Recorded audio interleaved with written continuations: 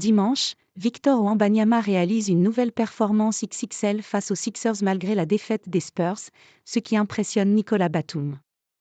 Les Spurs ont été contraints de reconnaître leur défaite. Malgré l'absence nouvelle de Joel Embiid, les Sixers sont rentrés victorieux de San Antonio, l'emportant 133-126 après 2 prolongations. Cependant, les Texans ont eu confiance en leur victoire lorsque Julian Champagny a marqué un 3 points à moins de 3 secondes du bout. Il était alors 111-109 pour San Antonio. Mais c'était sans compter sur Tyrese Maxey, qui a arraché la prolongation en égalisant d'un lay-up au buzzer.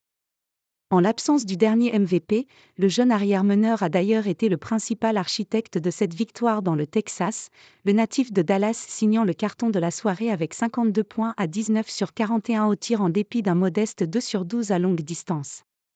C'est un joueur spécial, il est spécial.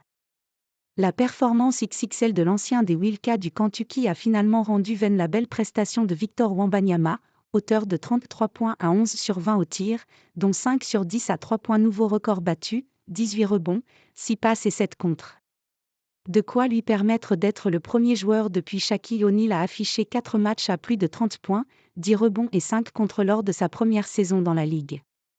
Lui-même auteur de 9 points, 7 rebonds, 2 passes, 3 interceptions, Nicolas Batum ne tarissait pas d'éloges au sujet de son compatriote.